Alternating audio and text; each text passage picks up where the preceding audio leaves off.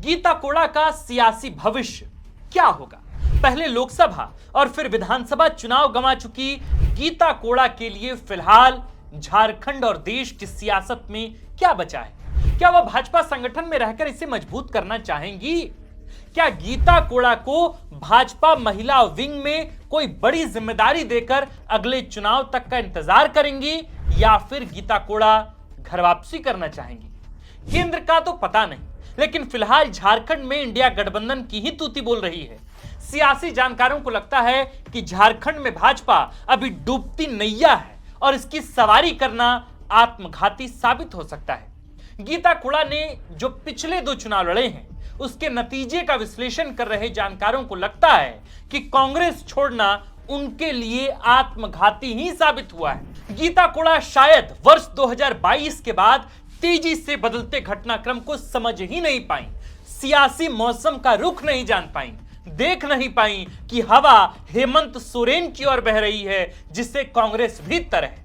यदि कांग्रेस में ही रहती तो शायद आज बेहतर स्थिति में होती। गीता कोड़ा लोकसभा चुनाव में प्रतिद्वंदी जोबा मांझी से चाईबासा सीट पर 1,68,402 वोट के बड़े अंतर से चुनाव हार गई।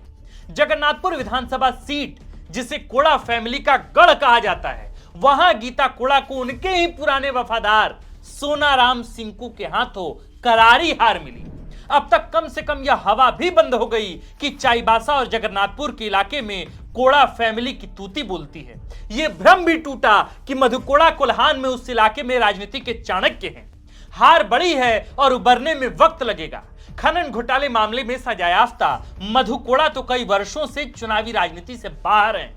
धर्म पत्नी गीता कोड़ा के सहारे राजनीतिक विरासत किसी तरह से आगे बढ़ रही थी, लेकिन लोकसभा और फिर विधानसभा चुनाव में हार ने कोड़ा दंपति को शांत कर दिया है।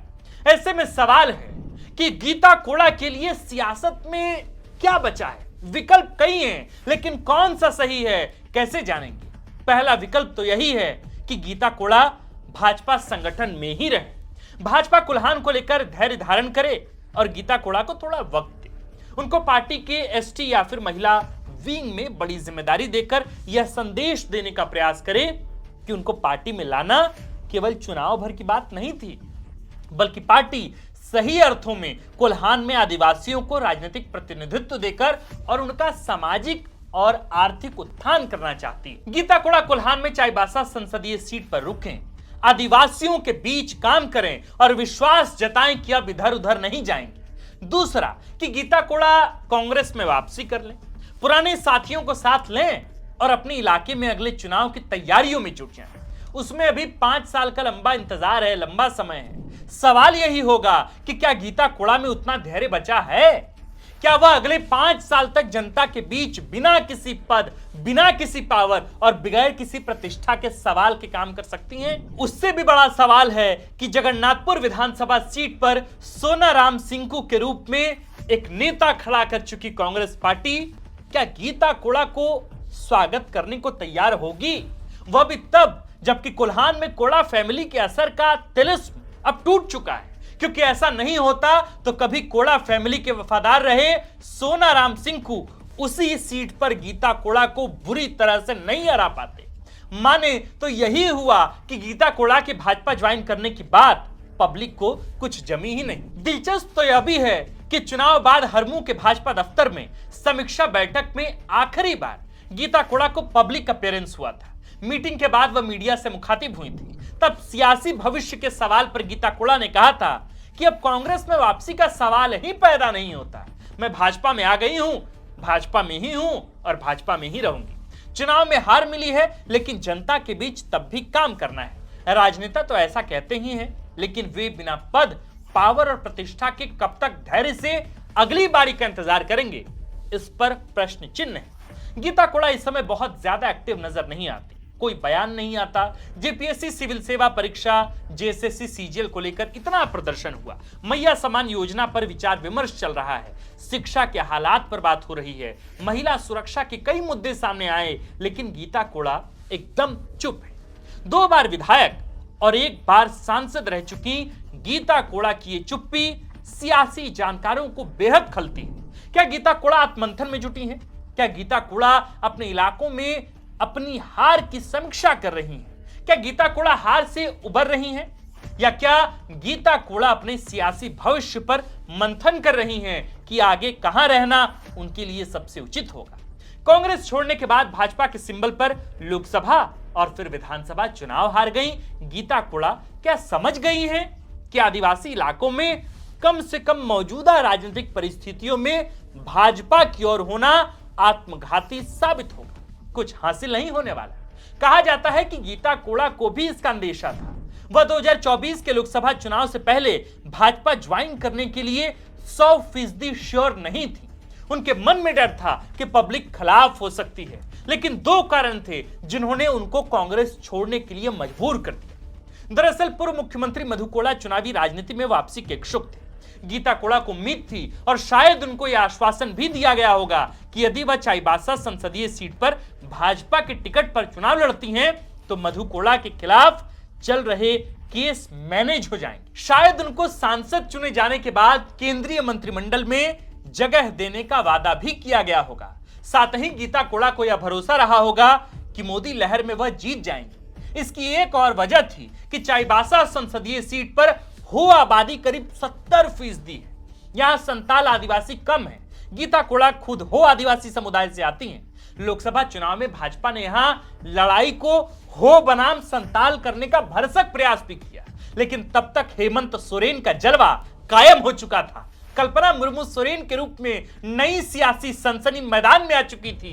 गीता कोड़ा को हार मिली, अब उबरने का समझ में नहीं आ रहा है। सियासी जानकारों का मानना है कि गीता कोड़ा अगर चुनाव जीत जाती तो और बात थी, लेकिन अभी मधु कोड़ा को उनके खिलाफ चल रहे केस से राहत मिलती नहीं दिख रही। निकट भविष्य में मधु कोड़ा की चुनावी राजनीति में वापसी की उम्मीद नहीं दिखती। गीता कोड़ा भी लगातार 2 चुनाव हारने के बाद सियासी दलों के बीच अपनी प्रासंगिकता गंवाती दिख रही हैं। कहना अतिशयोक्ति भर नहीं होगी कि गीता कोड़ा इस समय झारखंड की सियासत के नेपथ्य में, वहां जहां से वापसी की राह नहीं दिखती। गौरतलब है कि गीता कोड़ा ने सन 2009 के विधानसभा चुनाव में जय भारत समानता पार्टी के सिंबल पर जीत हासिल कर सियासी करियर शुरू किया था। आगे 2014 में उन्होंने लोकसभा चुनाव में किस्मत आजमाई, लेकिन कामयाबी नहीं मिली। हालांकि वह विधानसभा चुनाव जीत गई।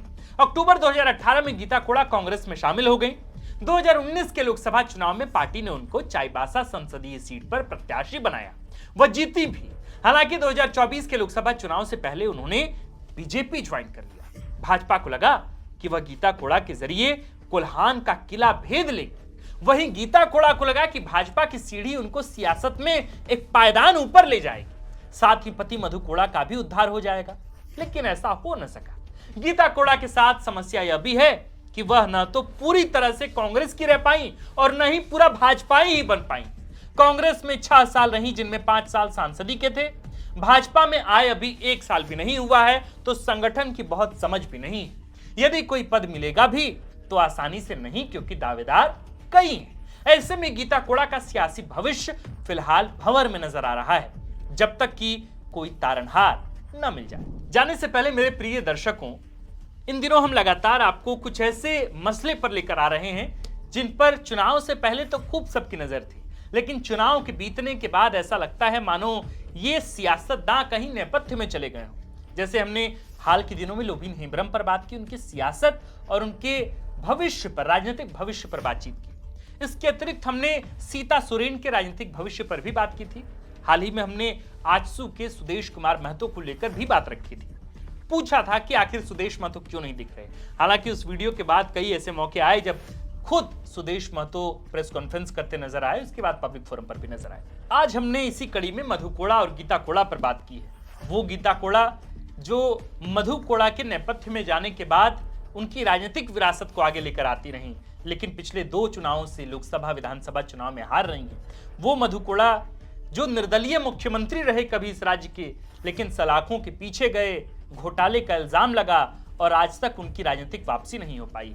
आपको क्या लगता है प्रिय दर्शकों, कोल्हान के ऐसे बड़े शख्सियत जो कभी झारखंड को चलाया करते थे, जो कभी झारखंड के मुखिया हुआ करते थे, आज वे नेपथ्य में क्यों हैं? क्या उनकी राजनीतिक वापसी हो सकती है? कोड़ा दंपति का तिलिस्म वाकई क्या टूट गया? चाईबासा जैसे इलाकों में, कुल्हान जैसे इलाकों में, जगन्नाथपुर सीट पर क्या वे अपनों के बीच ही रहकर हार गई हैं? आपको क्या लगता है? हम चाहते हैं कि आपका विचार भी हमारे तक जरूर पहुंचे। आप देख रहे थे द फोर्थ पिलर। हमारा नाम है आकाश आनंद, कैमरे के पीछे है नीरज और खबर लिखा है हमारे साथी और कंटेंट हेड सूरज ठाकुर। शुक्रिया।